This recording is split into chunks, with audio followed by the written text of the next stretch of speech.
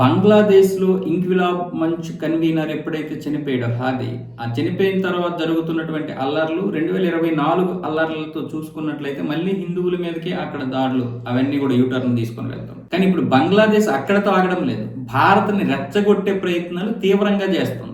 షేక్ హసీనా పదవి దిగిపోయి భారతదేశం వచ్చిన తర్వాత విపరీతమైనటువంటి మార్పులు వచ్చాయి బంగ్లాదేశ్లో. పాకిస్తాన్తో కలవడమే కాకుండా మనతో వాణిజ్యం కూడా ఆఫ్ చేయడం, అంటే మనం ఆఫ్ చేసామని అది ఆఫ్ చేయడం.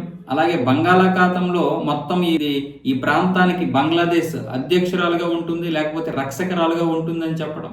భారతదేశానికి చెందినటువంటి మత్స్యకారులు ఒక 16 మంది పడవలో వెళ్తుంటే వాళ్ళని అక్కడ ఢీ కొట్టి సముద్రంలో తోసేశారు. వెంటనే మన కోస్ట్ గార్డ్ అక్కడికి వచ్చి 11 మందిని రక్షించింది.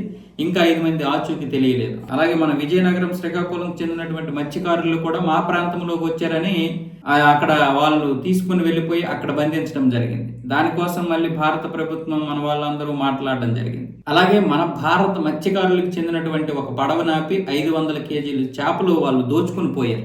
170 మందిని అరెస్ట్ చేశారు. 8 పడవల్ని వాళ్ళ ప్రాంతంలోకి రాకుండా, అంటే మా ప్రాంతం అని చెప్పి మన ప్రాంతాన్ని వాళ్ళు ఇచ్చేశారు. దాంతో పోస్ట్ గార్డ్ రంగంలోకి దిగి గట్టిగా ఇవ్వడం జరిగింది. వాళ్ళు చూడండి, రెచ్చగొట్టే ప్రయత్నం. మన వాళ్ళు వెళ్ళి అడిగినంత వరకు కూడా వాళ్ళు మన ప్రాంతాన్ని స్వాధీనం చేసుకోవడానికి ముందుకు వస్తున్నారు. ఇక్కడ చైనా సహాయం కూడా తీసుకుంటుంది. చైనా ఏమొచ్చేసి ఇప్పుడు మన ప్రాంతం మీద, అంటే హిందూ మహాసముద్రం మీద కూడా పట్టు సాధించడానికి ప్రయత్నాలు చేస్తున్నటువంటి తరుణంలో ఇప్పుడు బంగ్లాదేశ్ బాగా కలిసి వచ్చింది వాళ్ళకి. ఆ విధంగా రెచ్చగొట్టే ప్రయత్నాలు చేస్తుంది. ఇప్పుడేమొచ్చేసి మన దౌత్య కార్యాలయం మీద, హై కమిషనర్ మీద చాలా దాడులు జరిగాయి.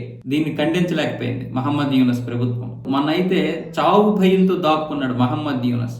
మీడియా మీద జరిగినటువంటి దాడి, పైగా జర్నలిస్ట్ 25 మందిని సజీవ దహనం చేసేయడానికి అక్కడ ప్లాన్ చేస్తే మొత్తానికి ఏదో ఒకలాగా వాళ్ళు తప్పించుకుని వచ్చారు. కానీ మహమ్మద్ యూనస్ ఆఫీస్కి ఫోన్ చేస్తే పట్టించుకోలేని భయపడిపోయారు. అలా ఉంది బంగ్లాదేశ్లో పరిస్థితి.